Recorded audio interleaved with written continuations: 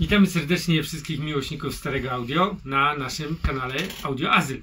Dziękujemy bardzo za subskrypcje, komentarze oraz dziękujemy bardzo serdecznie wszystkim tym, którzy wspierają naszą zrzutkę na Muzeum Stacjonarne. Gdyby ktoś chciał uczynić ten drobny gest i wspomóc nasz projekt, to oczywiście link pod tym filmem, jak również na naszej stronie wehikuł-czasu.com. A dzisiaj znowu u naszej trzeciej połówki. Wpuściłem do domu Romana. Tak, wpuściłeś do domu, bo mamy tutaj pomieszczenie, do którego niedługo Grzegorz już nikogo nie wpuści, bo nawet sam tutaj nie wejdzie. Są szanse, przyznaję. A z tym puszczeniem to Romana, on ma drzwi otwarte, no. Może nie zawsze, ale... No nie zawsze, bo zawsze musisz wpuszczać mnie tarasem, bo nie wiem, czy twoje drzwi wejściowe w ogóle ktoś kiedyś otworzył. No, zdarzyło się. Tak? Tak. Możliwe. W każdym razie do Grzegorza, jakby co, to pukajcie od tarasu, bo drzwi wejściowe mało kto wie, w którym miejscu się znajdują.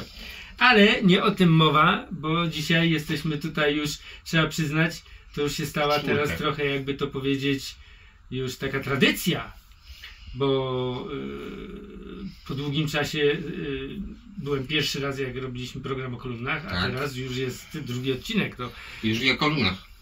I już nie o kolumnach, a z tej przyczyny, bo Grzegorz, robiąc swoje porządki, w końcu postawił tą piękną wieżę w jednym miejscu. Że trzeba nagrać o tym film, to znaczy nagrać, bo to już się umawiamy na ten film. 2 lata? No może 2 lata, tam jeszcze były perturbacje po drodze związane z naprawą, później z naprawą po naprawie i naprawą po naprawie.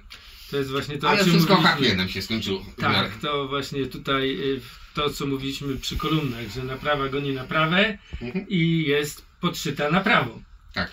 I mimo, że trzeba przyznać, sprzęt już tutaj stał, to i tak mieliśmy jeszcze trochę turbulencji, żeby to wszystko ładnie tutaj przygotować, bo to jest sprzęt stary, on ma swoje, jakby to powiedzieć, chimery. No, na szczęście meble z dużego marketu norweskiego wytrzymują, to też był test w pewnym sensie, bo tak ukonam 1, 2, 3. Tutaj już się zacząłem martwić, czy jednak te 4 nóżki jakoś tam nie pykną. Nie, to powiem Ci szczerze... Tandeta trwała. Tak. No i pozdrawiamy tutaj Agusię, która dzisiaj znowu za kamerą wróciła do pracy za kamerą, całe szczęście, bo ostatnio, Aguś, odezwij się tam z tyłu, halo, bo wszyscy czekają już na film z tobą, kiedy się w końcu pojawisz też przed kamerą, więc zima się już nam tutaj rozwinęła, więc już podróże się też w miarę skończyły, więc Audio Azyl wróci chyba do starych odcinków, gdzie będziemy prezentować sprzęt, a to jest właśnie pierwszy odcinek, bo się znowu rozgadaliśmy. Nowa seria. Dobrze się rozgadaliśmy tam. No i co ty o tym powiesz? Bo to jest twój sprzęt. Co ja o tym powiem? Ja powiem swoje zdanie o tym. Właśnie. Nie będę wymieniał najpierw całości. To jest dla mnie osobiście ostatni dual. Bo później były już perturbacje. Dual przestał wyrabiać się pieniężnie, że tak powiem. I już w 1984 chyba został już wykupiony jako marka przez Thomsona. On owszem robił nadal fajne magnetofony. Podobne do tego na dole, co chcieć pokazać. Tylko już następny. Ale ogólnie to już nie był dual typowo niemiecki, takiego jak znamy od lat 60. w sumie, może nam troszeczkę wcześniej, do właśnie połowy lat 80. No to jest coś, co po prostu chciałem skompletować i mi się udało skompletować. Trochę to zajęło. No właśnie, bo wiele osób się czasami zastanawia, czy jeżeli kupię magnetofon, czy dostanę do tego wzmacniacz, a potem tuner, czy ewentualnie gramofon. No jest to pracochłonne. Znaczy jest, no nawet z gramofonem mam wspomnienia, bo to było 2-3 lata temu, to była taka dowoleć, że jechałem z kolegą po ten gramofon i tak przyhamuję lekko, sprawdzić, czy jest ok, nie? No to jechałem, tak samo jechałem. W drodze powrotnej to było pod Wrocławiem, bodajże to już bardzo, 20 na godzinę, to był chyba najdłuższy przejazd z Wrocławia do Ostrowa, powiedzmy, jaki w życiu miałem właśnie z tym gramofonem. A cała reszta tak powoli tutaj się kupiło, tutaj na przykład widać są 2 tunery. 1250 CT, bo ten działa, a ten ładnie świeci. Tak, ale w zasadzie jest odświecenia. Tak, ewentualnie jakby trzeba było coś przełożyć. Natomiast co jest ważne w takim kolekcjonowaniu, Roman? Takie pierdoły jak to. Widzisz tutaj? Ten znaczek dual? On jest ładny. No. A jak to będzie starter, już nie jest ładny, to jest taki... No właśnie, to jest właśnie to, jak bardzo fajnie w detalach widać, bo z daleka, okej, nie zauważysz tego, ale podejdziesz, będzie cię to raziło. Wiadomo, pierwsza rysa, tak jak mówiliśmy, boli najbardziej, ale jest fajnie mieć po prostu coś takiego w stanie praktycznie kolekcjonerskim. Tak? No nie mówię, że tutaj jakiś rys nie ma, ewentualnie jakieś przebarwienia, to jeszcze kwestia czyszczenia, bo to już swoje postało. Natomiast starałem się właśnie też zbierać takie egzemplarze, przy których owszem, musi być widać to, że to ma swoje lata, bo to ma, jakby na to nie patrzeć, 40 lat. To prawda. Ten zestaw, więc jeśli ma jakieś małe rysy, no to wiadomo, że ma 40 lat, ale jak są właśnie duże rysy, to znaczy, że te 40 lat było na przykład nieszanowane. Myślę, że szłoby taki panel naprawić nawet, ale to są koszty. No właśnie. O dziwo, ja dopiero w tym roku poznałem osobę, która by może coś takiego zrobiła, tak? Ja nie wiedziałem, że tacy ludzie istnieją, którzy są w stanie takie panele naprawić porządnie. No ale to są, tak jak mówisz, koszty. No, magnetofon też miałeś długą drogę, bo też był układ brakujący. Znaczy, jak to kogoś obchodzi, to ja może powiem od początku, dobrze? Oczywiście. Ta historia jest zresztą bardzo ciekawa. Znaczy, magnetofon to jest taki... U mnie top 10. Jeśli ktoś szuka magnetofonu, to ten magnetofon to jest 1844. Przepraszam. C844, no to jest tak w top 10. Powiedział, jeśli chodzi o ogólnie, bo wiadomo, Dragon, nie Dragon, tam jakieś lakamicze, ale jeśli chodzi o takie ogólne światowe, to bardzo blisko, jeśli nie top 10. 2 kapstany, 3 głowice i to, co może za chwilę pokażę, że go odpalisz. Tak. Ale to za chwilę. Później mamy co? Troszeczkę niższy model, 828C. On na przykład jest świetny. Już zacząłem gadać o magnetofonach. A miałem o tym. Przepraszam. No tak, ale ze względu na to, że się rozpędziłem. A nie, mamy czas. To prawda. Mamy czas. To prawda, tylko chodzi o to, że ten jest autorewersem. Dlatego tak, tu jest to fajne, bo masz 3-głowicowy i z autorewersem. Tak, bo to jednak jest wygoda, jeśli tą kasetę nagramy tutaj, przełożymy tutaj i nie będziemy co 45 minut maksymalnie, no może godzinkę latać i przekładać. Mimo wszystko będzie trzeba. Oczywiście robiąc składanki, coś takiego istnieje. Ale wracając, co to było rozpieprzone? No dobrze, paski. Paski to jest Krzysiu, jak dałem mu ten do naprawy, później dałem mu drugi, tak wspomniałem, czemu drugi nie zrobiono, zaczął do mnie podnosić głos. To znaczy, że wymiana tych pasków nie jest taka miła i przyjemna jak w większości magnetofonu. Natomiast okej, tu się udało. Natomiast osoba, z którą to robiłem, pozdrawiam tutaj tą osobę, no wiem o tym mówię, już spieprzyłam, bo całe sterowanie tą kasetą jest na elektromagnetach od strony górnej i to idzie się popieprzyć. Jeśli to założysz, one będą działać, bardzo będą chciały działać, ale nie będą działać. No i to paski się wymieniły, ale prędkość przestała się zmieniać. Powiedzmy, tutaj już rąbka tajemnicy uchyliłem. Okazało się, że firma Dual zrobiła to na układzie takim de facto od gramofonu, przepraszam, kwarcowego marki Matsushita, Patch Technics, tak? Więc żeby ten jeden element kupić, musiałbym wydać tak pi razy G, to było 2 lata temu, 1000 zł na gramofon, żeby go rozwalić na części. Tak propos, że tanio kupić. Więc tutaj akurat mam, no mimo wszystko, pana Leonardo, tak? Jest po prostu mega, jeśli chodzi o elektronikę, budowę czegośkolwiek. Budowę, nie naprawę. Budowę Roma. Nie czyta schematów, tworzy schematy. Więc dam mu problem 2 dni później.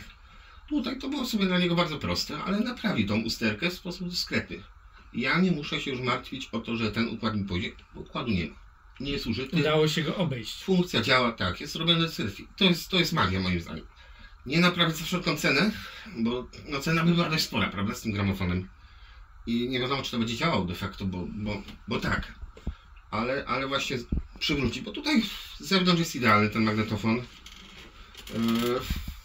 A cała reszta w środku ma działać po prostu. Jak to działa, czy tam chomik biega, czy ktoś inny, to jest mało istotne dla mnie. No ale właśnie, włączymy go może przesuwam się.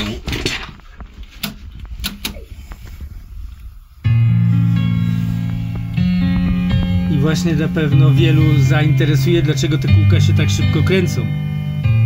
Starting to feel Ja? Ty mówisz, nie słucham muzyki. Ja też. Pozdrawiamy tutaj Żyletę, który nam udostępnił ten utwór. Absolutnie, utwór świetny. Tak bym powiedział, jest wszystko ustawione na Romana. Tak jest styl ustawiana. Może na przyjąć, jak ustawiamy zwłaszcza na Romana. Może to wejdzie kiedyś do... Kanonu. Tak. Jak słuchasz na Romana. No dobra, zaczęliśmy ciągle tak zasuwają tylko Tak, łóżka. tak. Właśnie zasuwają, bo To naciśnij. weźmiemy i możemy tutaj zmienić to. Czekamy, aż się obroty ustabilizują. I brzmi trochę lepiej, tak bardziej ambientowo bym powiedział. To jest dobrze. Taki trochę lekki horror. No, co nie zmienia faktu, że się nadaje. Czekamy. To jest akurat cecha dobrych sprzętów, że one najpierw ustawiają obroty, które nie zaczynają działać. Tak. Po prostu ten magnetofon ma możliwość Zmiany prędkości. To... na 9,5. I tych magnetofonów chyba jest mniej niż tych top 10, jeśli chodzi o w ogóle magnetofonów wszechczasów, moim zdaniem, bo tak, 1-2 na ręce miałeś, tak? Tak. Może później z 80 lat tam jeszcze jakiś malec się nawinął. Miałeś to. I w zasadzie tam jeszcze coś by się znalazło, ale w tym momencie gdzieś się pogubię. Big Venturi na przykład robił, Big Venturi robił dwuprędkościowe magnetofony. Oj, no była taka droga jakaś, że chcieli tu ulepszyć. Ale w końcu odpuścili, bo wydaje mi się, że po prostu większość kaset była jednak w tej mniejszej prędkości nagrana. No i przede wszystkim te kasety były jednak mimo wszystko bardzo krótkie. I pożyczane.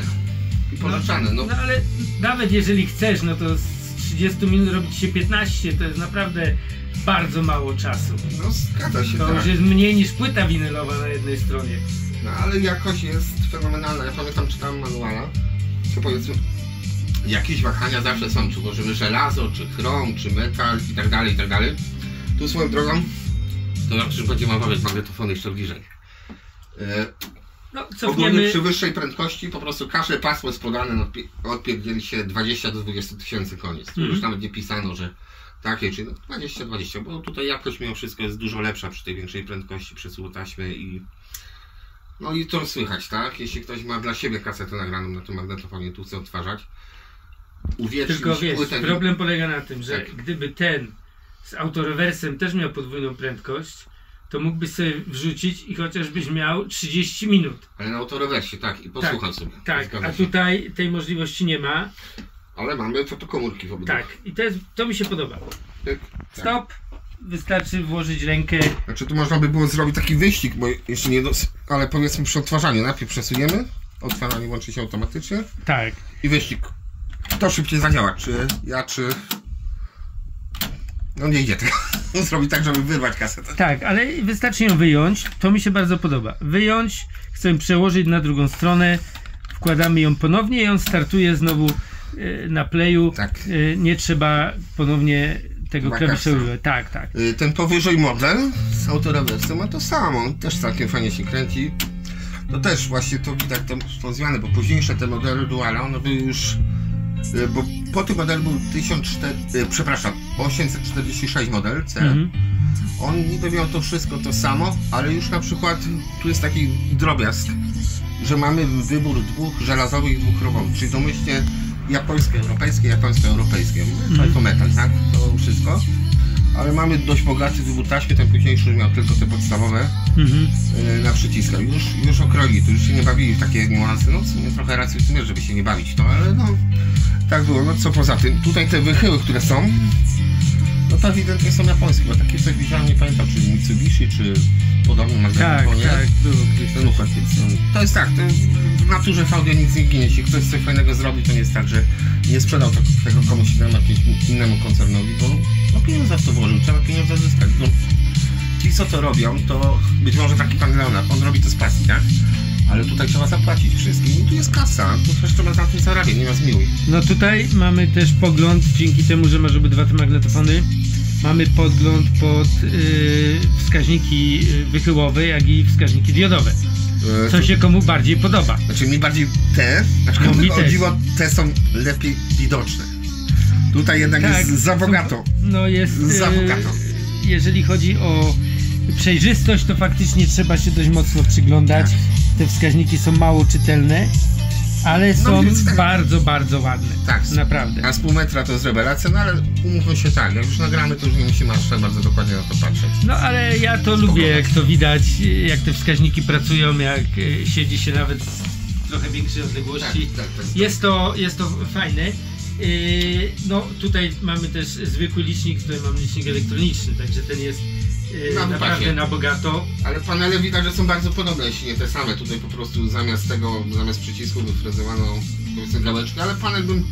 Tak, no panele są... To jest ta sama seria. To jest ta sama seria. Ale panel nawet jest ten sam. Tutaj tak. Masz to okienko takie szare, masz z wielkości tego. Tak, to jest projekt... oszczędności. Tylko tyle. Okej.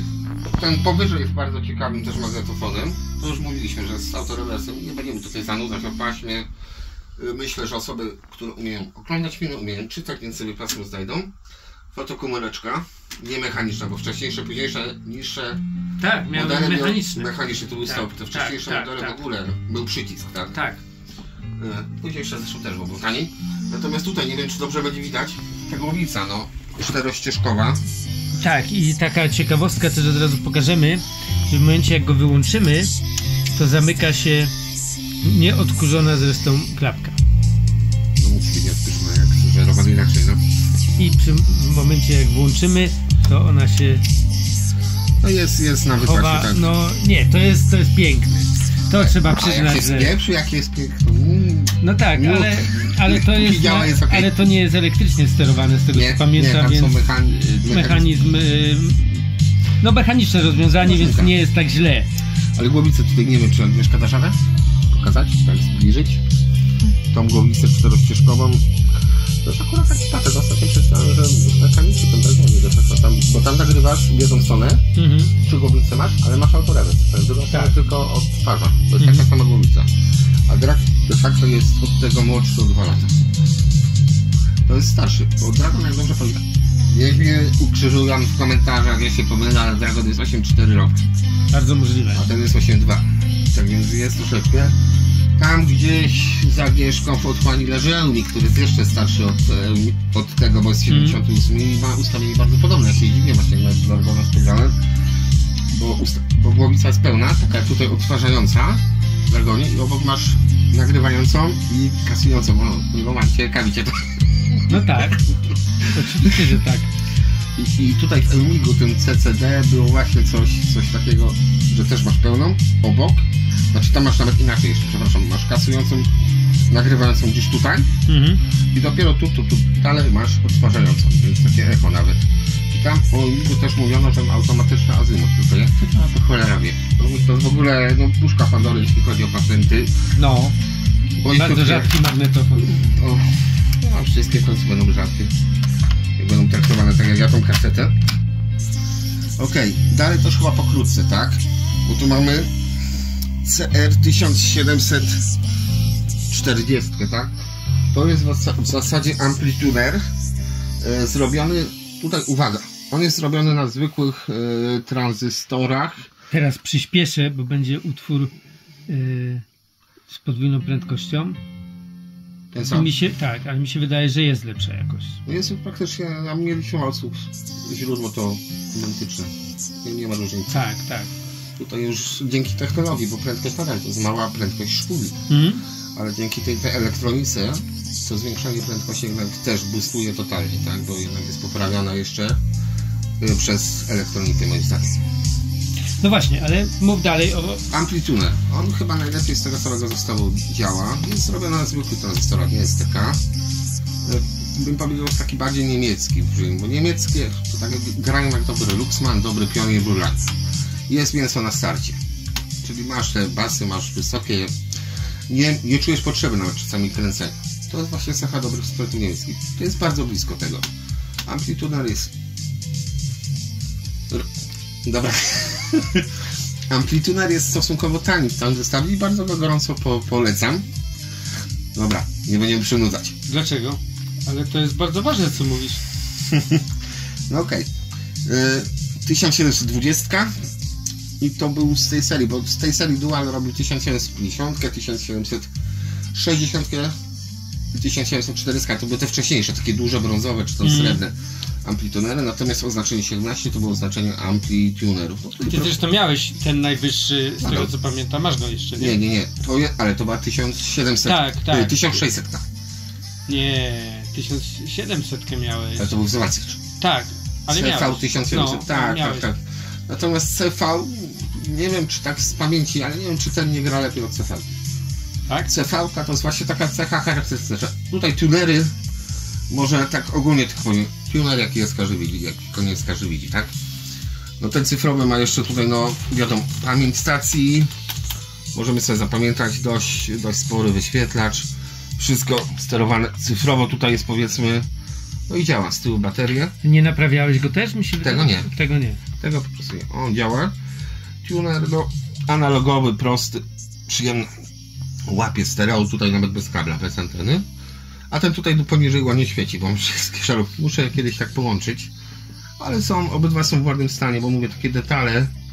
Tutaj w zasadzie jedyne co mógłbym się doczepić sam, to ta piątka tutaj jest gorzej widoczna. Tak ja patrzę, ale jest. Ale jest gorzej widoczna piątka i już wiesz. Taki minusik, nie? Roman przewinie do tyłu. Tak, tutaj właśnie mało intuicyjne to wszystko jest, nie? Tak obsługa tego, jak nie ma chyba nie, może nie mało intuicyjne, tylko po prostu rzadko się tego używa i człowiek nie zna na pamięć układy klawiszy tych. A wiesz, że przy dużej prędkości przewija też szybciej? No faktycznie. Takie cudawianki Niemcy potrafi. Dobra, ale autostopu na pełnej nie będzie. W końcu zerwie. Dobra. I my w górę idziemy. W górę. I tu mamy sam wzmacniacz, z którego teraz korzystamy. 50. CV 1450. Jeszcze jest, Roman, taki śledzik. Ja obserwuję czasami Allegro, szukam tego śledzika przynajmniej. Rozglądam się za nim. To jest model 1250. Ktoś spojrzy na ten wzmacniacz, to jest ta część dolna, bo to jest jakby dwie części. To śledzik jest bez tej góry. To samo, tylko tutaj mamy też wskaźniki wychyłowe, diodowe. Pokazuję wskaźniki, ale wskaźniki masz czułość, bo teraz dopiero pokazuje ci moc. I zobacz, zrób na 1 W chociaż. No. Jak będą basy, zrób na 1 W i zobaczysz, jak głośno to jest 1 W. No dobra, pikido, tak? Ale co mi się tu podoba i to jest też rzadko, że można wyłączyć całkowicie. Tego też nie rzadko które firmy robiły, żeby można było te wskaźniki wyłączyć całkowicie. Tak. Ten wzmacniacz jest na 2 STK. Śledzik 1250 jest na 1 chyba, jak dobrze pamiętam, STK by można było. STK, no są różne tam informacje na temat STK, natomiast no jak się spieprzy, to się spieprzy. To już wolałbym chyba dyskretnie odbudować to niż kupować STK nowego, wyprodukowanego przez Chińczyków, bo Chińczycy... O nie! No mimo wszystko im zależy na pieniądzach. No ale te STK też z tego co słuchy dochodzą, to zamawiasz 5, żeby jeden... Nawet ten jeden, bo to wiesz, kiedyś były takie legendy, ale to każdy, kto w tym siedział, wie, że kiedyś rozpoznawano chińskie podróby poprzez ważenie ich.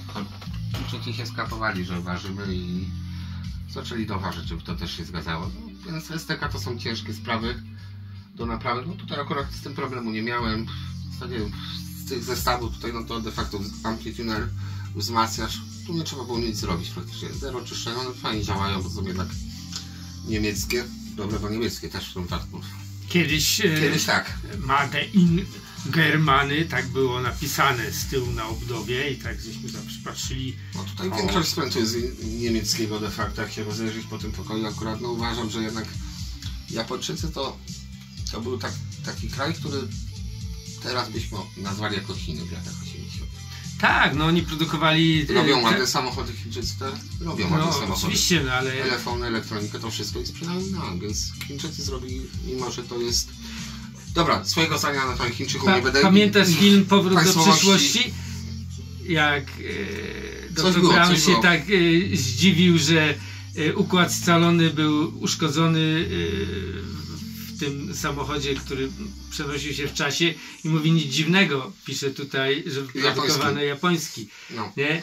A Japończycy w tamtych czasach robili doskonały japoński sprzęt na cały świat praktycznie. No tak, i to była chyba taka, tak jak powiedziałeś, Korea czy Chiny teraz, nie? Zgadza się, więc tutaj akurat no Mam nadzieję, że tak będą, aczkolwiek no mówię, tutaj ja mam troszeczkę inne podejście do tego, bo oni jednak robią dużo rzeczy takich udających dobry sprzęt, niestety. Czyli masz jakieś wzmacniacze lampowe, gdzie tam właśnie przykładowo no wszystko się zgadza, ale wszystko to waga tego wzmacniacza, bo cała reszta parametrów, jeśli ktoś ma sprzęt pomiarowy, no to zmierzy i hu. Piszą, że zniekształcenia 1% czy 0,5%, a tutaj 15-20%. Ale słuchaj, a kto to zmierzy? Mamy już w tej chwili polską nową Unitrę i mam już informację, że osoby, które słuchały już tej Unitry na żywo, są naprawdę pod dużym wrażeniem tego sprzętu, że sprzęt jest naprawdę bardzo dobry. No i pojawiają się testy w internecie już, gdzie ludzie naprawdę to chwalą. Znaczy, rozwiązania techniczne i przede wszystkim to, że każdy wzmacniacz jest sprawdzany pod kierunkiem właśnie jakości szumów, wszystkiego i ma do tego osobny wydruk. Każda pojedyncza sztuka. Czyli oni to czynią, oni to robią. Nie ma tak, że jest zrobiony raz i potem leci taśmowo. Także ja za Unitrę trzymam kciuki. Było bardzo wiele osób sceptycznych, mówili polskie, na pewno się nie uda, może jeszcze nadal niektóre osoby piszą, że za drogo i tak dalej. Za drogo, ale to właśnie chyba... Jeżeli ten sprzęt jest taki, jak w tej chwili idą za nim opinie, to nie jest za drogi. Jeżeli jest taki. Ja jeszcze nie miałem okazji słuchać go u nikogo, że tak powiem, w domu, w pokoju, żeby ocenić, jak to brzmi poza salkami odsłuchowymi. Ale... No w salce wszystko jest ustawione tak, żeby brzmiało super. W salce jesteś w stanie dużo więcej zrobić. Ale jeżeli jest tak, jak idą komentarze, to ja uważam, że ten sprzęt wcale nie jest za drogi. No dobrze, jest ale po prostu bardzo dobry. Ja powiem to tak, chyba ty to mi kiedyś powiedziałeś, nie? Te 20 000 złotych, sorry za taką dyskusję, wiem, że na czas gram, taki mam w zwyczaju. 20 000 podzielmy sobie przez 5, tak? Ile to euro? 4000 euro, nie? No ponad. Dobra, a dla Niemca czy Francuza 4000 euro to jest dla nas 4000 złotych. Mniej więcej.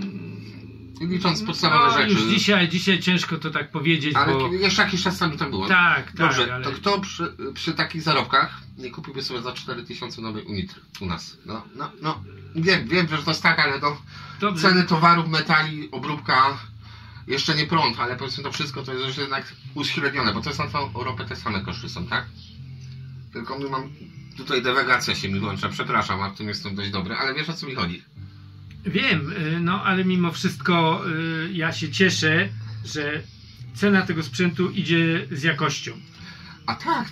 Rozumiesz, że nie jest 4000 zł, ale masz powiedzmy 4000 plus tam fajne bariery, których nie musi być, plus to, że ktoś ci daje gwarancję, że spełnia takie czy inne parametry. Nie tak jak znowu będę pił do niektórych producentów, nie mówię wszystkich, tak? Niektórych producentów, szczególnie sprzętu takiego high-endowego z Chin, ich nie wchodzi, co ci napiszą. Kto ci ich sprawi? Kto ich pociągnie za to, że sprzedali ci na przykład coś gorszej jakości? Po pierwsze, ty jako zwykły zjadacz chleba, czy ja, no może jakbyś się postarał, mógłbyś pomierzyć, kupiłbyś sobie jakieś stanowisko, ale nie masz profesjonalnej aparatury do zmierzenia parametrów. Nikt ich nie sprawdzi, tak? Takie pomiarowe urządzenia kosztują dziesiątki tysięcy złotych, jeżeli mają być dokładne. One wymagają dużo wiedzy, żeby je ewentualnie naprawić. No tak, ale są też bardzo drogie, jeżeli chodzi o... Jak są zepsute, to są za darmo. Wystarczy mi to naprawić, Roman. Nie, chodzi o pomiarowe urządzenia. Nowe, tak. Tak, no więc... Ale to, no mówię, stare takie lampowe nawet to też idzie, tylko trzeba je naprawić, bo te urządzenia pomiarowe też się psują, tak jak wzmacniacze. No, oczywiście. Je też trzeba naprawić, natomiast no właśnie nikogo na to nie jest tak, to jest taka dywagacja, że z mojej strony, że te stare sprzęty, one wtedy też kosztowały majątek. Tak. Ja podejrzewam, że tutaj 20 000 na ten zestaw, to by ci nie starczyło teraz, jakbyś poszedł przy liczeniu wtedy marki, teraz złotówki, no nie starczyłoby ci na ten zestaw 20 000 w całości. Przypuszczam, że nie. Ewentualnie samochód byś zostawił w rozliczeniu. No, używany. Tak, używany, ale byś zostawił. Tak. I o to chodzi. Te magnetofony były bardzo drogie na pewno. Właśnie tu mam nadzieję, że właśnie dzięki temu, że ta Unitra kosztuje tyle samo mniej więcej na starcie, za 40 lat będzie tak samo wyglądała na półce, być może tutaj na kanale kogoś innego, ale będzie mógł tak samo powiedzieć, słuchajcie, tak jest, robiliśmy 40 lat temu. Tak. I to jest kwintesencja tego, bo no to co przed chwilą powiedziałem. wiele osób nie poszłoby do sklepu. Mogliby pójść, posłuchać, popatrzeć, pogłaskać, popłakać trochę i by wyszli z tego sklepu. A szczególnie w Polsce, to już nawet na Radmora tak się robiło. Natomiast no Ultra jest właśnie tym samym. To nie należy mówić, że to jest za drogie, bo coś tam, bo zrobię lepiej. No to zrób sobie lepiej wzmacniacz. Jeśli najpierw kup prawa do Nitry. No właśnie, więc Pikuś, tutaj jest to każdy zrobi lepiej. Ogromny szacun, że poświęcono na to tyle pracy, tyle energii i że to się wszystko udało. No bo mało polskich firm daje radę się ale ktoś też uwierzył w to, bo to, że się udało, że się czasu poświęcił, to czas nie jest wart. Komuś trzeba zapłacić za to, więc ktoś na pewno uwierzył. Nawet nie wiem, kto w to uwierzył, ale tu nie będę mówił. No to jest bardzo ciekawa postać. Natomiast no, uwierzył w to, że to można zrobić. I myślę, że jeśli to będzie tak dobrze zachwalone, bo te testy tak na początku to jest tak... Będę tak sceptyczny też troszeczkę. Ja wiem, że to wszystko fajnie, ale wiesz, z filmami też masz, powiedzmy, zakaz mówienia czegoś negatywnego o filmie przez tydzień czy dwa po premierze. Wiesz o tym? Jak jesteś recenzentem i miałeś okazję wcześniej go zobaczyć? Nie wiem. Pierwszy raz o tym słyszę. No to dopiero po jakimś czasie są prawdziwe recenzje. Aha. No więc tutaj poczekajmy, posłuchajmy, może się uda właśnie u kogoś odwiedzić, żeby... Ja cały czas proszę, że jeżeli ktoś ma zestaw Unitry z numerem od 1 do 10... No miejmy nadzieję, że będą cię wynosić na noszach z wrażenia. To bardzo chętnie przyjedziemy. Agusia już się tam cieszy za kamerą i że będziemy mogli zrobić program, ale jeszcze nie kończymy, Roman, spokojnie. Jeszcze został gramofon. Gramofon. Ja tak spróbuję coś powiedzieć o kolumnach, ale to będzie... ciężkie, bo są mocno schowane. Tak, ale to chociaż powiem słowie, werbalnie. No co, gramofonik. Tutaj w tym momencie kręci nam się... Różowa płyta. Pink Floydów. To musi być różowa płyta. Animals, niestety troszeczkę porysowana, więc nie będę puszczał, za prawa autorskie podejrzewam stracił gramofon. Ale jest to taki model pośredni, nie najwyższy model, tylko 827Q. Q jak kwarc. Kwarc tutaj włączamy, tutaj widać jak stroboskop, może troszeczkę, bo wtedy mamy regulację pitchu, prędkości ręczną. Dwie prędkości, to gramofon na gramofon. To jest ciekawe, że jest ramię ULM, czyli bardzo lekkie. Wkładka też nie jest typowa, bo to jest taki, powiedzmy, a la Concorde, malutki. Leciutki, zwykłej wkładki raczej nie założymy, bo no to z ramię wszystko jest ważne przy gramofonie. No i pełna automatyka. Byle, że my z serca. To jest stop. Stop. Jak widać, gramofon też ma 40 lat. Ja przy nim nic nie robiłem. On po prostu działa tak, jak powinien być. I to jest właśnie Dual Star. Tak, opadanie ramienia perfekcyjne. Dual robił wspaniałe gramofony. Naprawdę. Zgadza się. I nadal w sumie robił. Tak robi nadal te gramofony. Talerz też taki fajny stroboskop, trochę po chamsku. Paluchem, bo szkoda czasu. Nie ma jakby podwójnych tych wcięć na stroboskop. Tak, bo w Dualu było tak, że regulujesz 33, a 45. To jest też dziecko swoich czasów, bo to jest tak, wiesz, to jest plastikowe mimo wszystko. Front tutaj jest aluminiowy, to ratuje to. Natomiast to są już czasy, kiedy... O, kaseta nam odbija. Czkawkę miał. Tak, a nawet nie wiem, czy ktoś zwrócił uwagę na to, że słuchaliśmy utwór w zwolnionym tempie. Zagadaliśmy się do tego stopnia, że utwór leciał, a praktycznie... Na dłużej nam starczył, Roman, nie narzekaj. Tak. No, ta 14-szkoła tutaj głowica jest super właśnie, bo to teraz pyk, nic nie obraca, nic się nie wytrzaskuje. Bardzo fajny mechanizm. No, szczególnie polecam wszystkie te klocki. To jest już droższe niż było kiedyś, ten magnetofon. A ten już jest raczej z tych droższych magnetofonów. No i ciężko dostępne. Są, ale są drogie, bo powiedzmy, no któreś już 1000 trzeba wydać za w miarę ładny egzemplarz, tylko tu z mojej strony, co z tego? Najbardziej się boję się. Nieserwisowany, niegrzebany działa, no to wiadomo co będzie. Będzie serwisowany, będzie grzebany, to trzeba doliczyć koszty. Ale dobra, zmieniam temat jeszcze, czary mary. Te kolumny, które tu grają, też bardzo fajne. Kolumny to są Grundiki boxy, TV boxy. To jest... Dobrze, wstanę, przesunę, pokażę. Proszę, TV boxy od Grundika. One są dość ciekawe z racji tego, że były bardzo niedoceniane przez wiele lat. Je można było kupić za 200-300 zł. Wszyscy tam szaleli na tych takimi monitorami Grundika, tam nie pamiętam, czy to były 650 czy 230. I to był, te monitory to była de facto połowa tej kolumny. Był jeden taki głośnik basowy, jeden taki wysokotonowy. I z tych takich kompaktowych właśnie te TV boxy stosunek jakości dźwięku do ceny jest rewelacyjny moim zdaniem. No ja pamiętam, że długi czas słuchałeś na nich i miałeś chyba ze 2 albo 3 komplety swojego czasu. Ty... 2, już został mi jeden, bo to już mówiłem na poprzednim odcinku, że mój tata podłączył po serwisie Grundika V200, jest V200, do kolu. Jedna dostała trochę prądu więcej i się zatrzymała, po czym tata chciał sprawdzić, co się stało z tą pierwszą, to podjął drugą. Na baterie już nie reagują. Tam poszedł taki prąd, że tak powiem, że ten głośnik został do przodu poszedł i tak trzymał. No coś nie pykło w ustawieniach. Przesunę się odrobinę delikatnie. No ale tutaj też pozdrowimy Jacka z Holandii, bo właśnie przyszła paczka z dualem zresztą. O, tak? A jaki? A, no. Jacek, Jezus, przepraszam. Tak, 1460. Tak. Znaczy wygląda trochę jak to, szczerze mówiąc, tylko jest trochę większy, wydaje mi się. No ale ma piękne, duże wskaźniki. Ale powiem ci tak, w tej cenie co się udało, bo to cena też była ważna. No nie będziemy mówić ile, dżentelmeni o pieniądzach nie mówią. No byłem w szoku, jak akurat ten sprzęt się kupiło. Tam już absolutnie po prostu zero rysy, zero skazy. No i niesamowity. Jacek mega zapakowane przyszło. Tak, dorobiłem się 2 bluzek i kocyka. I czegoś tam jeszcze. Spokojnie jest. W razie czego do zwrotu. Nie przymierzałem. Ale wypiesz. Przed czy po przymierzeniu? Dobrze dotarło, bo, nie, no, bo jak ostatnio byłem i przechodziłem koło punktu kurierskiego i widziałem, jak kurier wrzuca paczki z punktu prosto do busa, nie? I ja sobie tak pomyślałem, mógł jeszcze przejechać po nich, to nie było tak źle. Pomyślałem sobie tak, idzie okres świąteczny, będzie 2 razy tyle paczek albo więcej, to oni nie mają szans ich układać. Ale znaczy, one leciały naprawdę, to jest bardzo ciężka praca. Ja ich rozumiem. Tylko te paczki leciały tak, ja tak z ciekawości się zapytałem, mówię tak wszystkie, on mówi no. No i prawidłowo. No. Ale to znaczy, skoro on wie, że ty wiesz, że on wie, no to powinien dobrze zapakować. No, że my wiemy, bo to po prostu... No tak, ale to znaczy, że... No tylko jak sobie pomyślisz, że twój amplituner, który na przykład jest w miarę ciężki, w miarę delikatny i tak dalej, a on po prostu leci i taki ciężki ląduje na jakichś mniejszych paczkach, które są zawsze można się pocieszyć, że w tych mniejszych było szkło.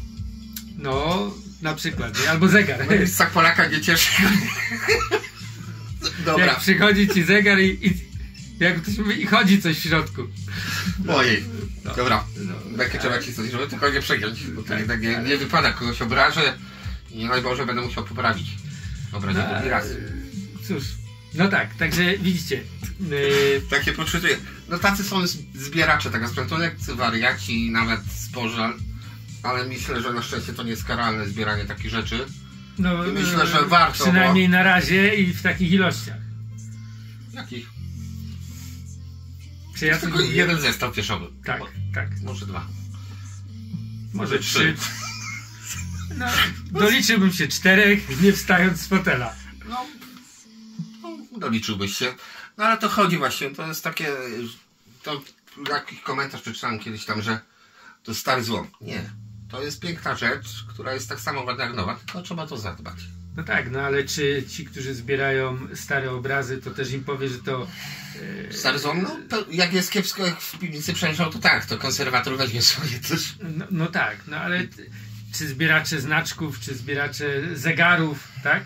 Też można powiedzieć stary złom, no ale bez nich by te zegary nie ocalały, tak? Nie przetrwałyby do dzisiejszych czasów, gdyby ktoś ich kiedyś nie kupił, nie odrestaurował skrzynki, nie naprawił mechanizmu, tak? Ale ten zegar jest nieważny, ważne, że to tej osobie sprawiło przyjemność. No tak, ale bo to jest stary zegar. No tak, ale on by nie ocalał, gdyby nie ta osoba, tak samo ten sprzęt by nie ocalał, gdyby nie ludzie tacy jak my, którzy... Ale właśnie chodzi mi ważniejsza z pasja niż ten sprzęt, no ty nie jeździsz dorożką dla mnie do pracy, tak? Dla mnie ważniejszy jest ten sprzęt niż pasja, bo dla mnie ten sprzęt jest ważniejszy. Nie załapał chyba, co mi chodzi. Nie jeździsz starą dorożką, mimo że jest stara, piękna i tak dalej do pracy, to masz nowy, nowoczesny samochód, tak?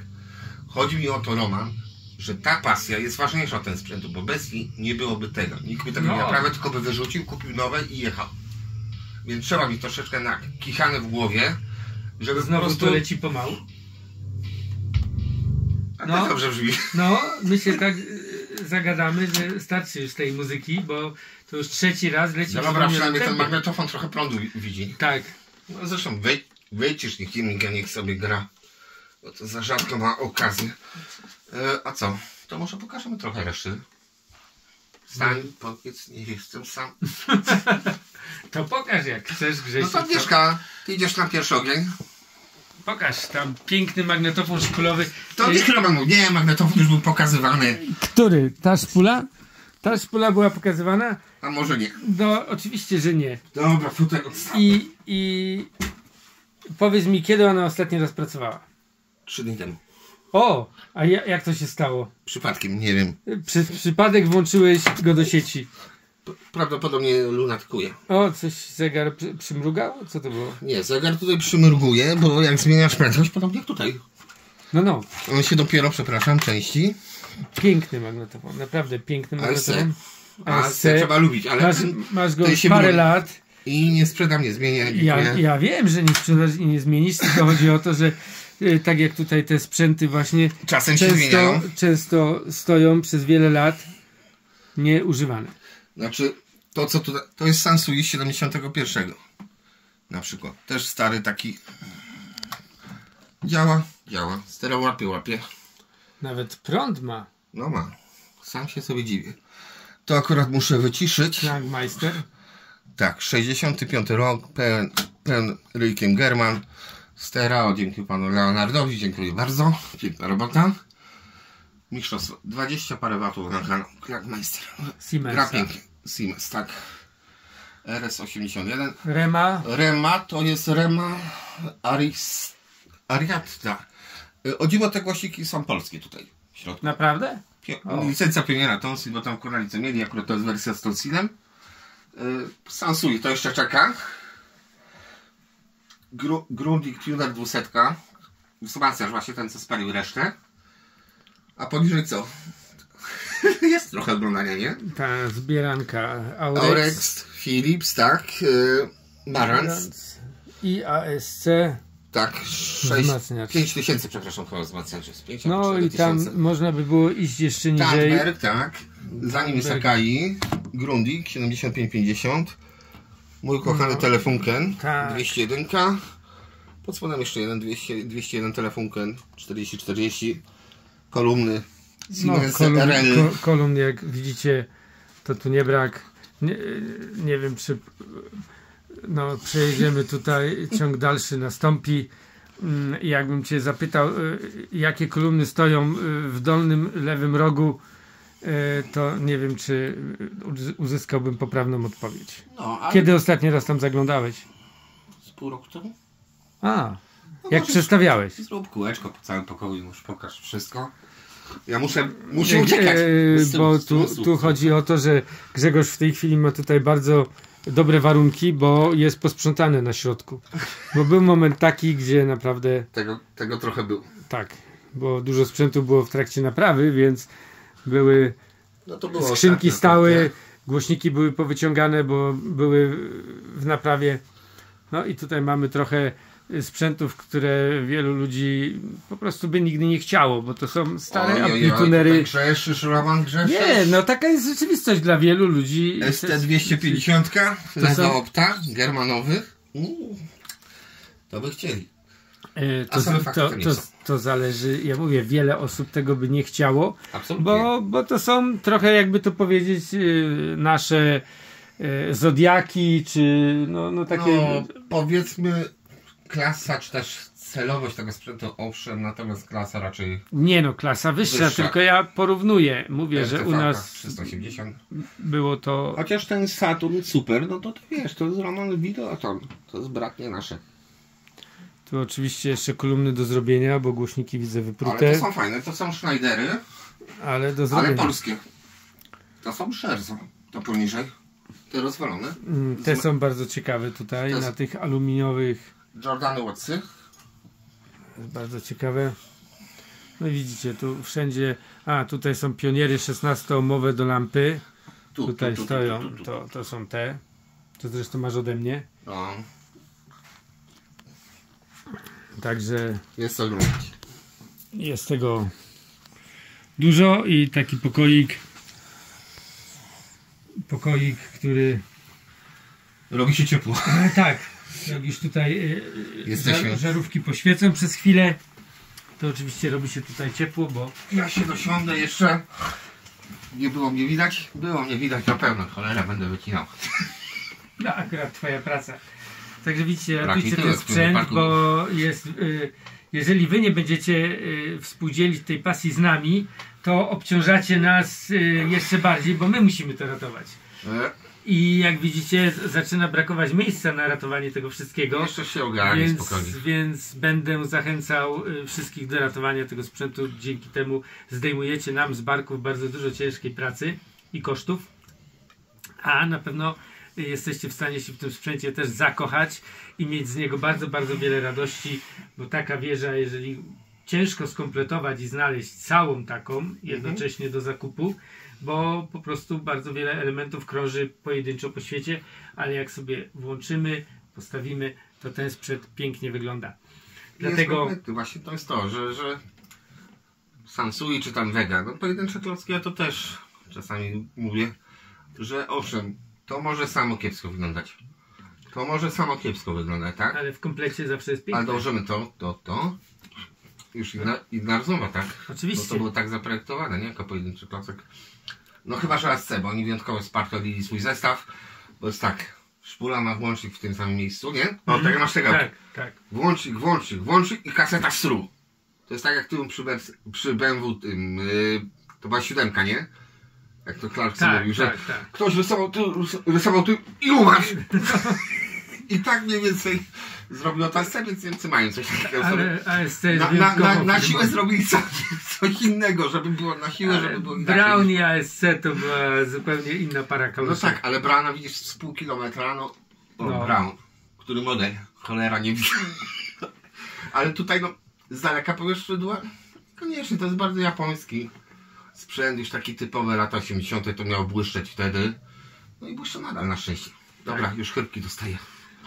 Także dziękujemy za oglądanie naszego kanału. Zapraszamy do następnych odcinków oczywiście. Mam nadzieję, że już wtedy z moją Agnieszką, bo wiele osób czeka na pewno na artykuły z gazet, które się nie pojawiają ostatnio. A przecież gazet jest dużo, proszę. Poszukiwany jesteś? Nie wiem, jakie artykuły z gazet. No jak gazet? No Agnieszka zawsze przecież będzie jakieś ciekawe gazety. No tak. Czasopisma. Oczywiście Grzegorz, ty już też zapomniałeś o tym. Czasopisma. Tak, czasopisma. No, czasopismo to jednak gazeta. A więc będziemy do tego wracać, mam nadzieję niedługo. Ja się Muzeum się troszeczkę kłóci, nie wiem czy zauważyliście, więc... bo inaczej ten odcinek nigdy nie skończy. Nie odpuszczę ci. Zapraszamy oczywiście do kolejnych odcinków. Dziękujemy za komentarze, subskrypcje i przede wszystkim za zrzutkę, za pomoc w trakcie tworzenia naszego muzeum. I oczywiście w następnym odcinku pokażemy już kolejny film z naszego muzeum, bo stało się jasność, mamy już pomontowane lampy, także muzeum zyskało już na oświetleniu. Mamy kolejny bardzo ważny krok do przodu, no i mam nadzieję, że do końca tego roku już będzie tak daleko, że będziemy mogli zacząć w styczniu stawiać tam sprzęt. Także do zobaczenia i usłyszenia. Po styczniu może być zimno. Dobra, na razie, trzymajcie się, hej.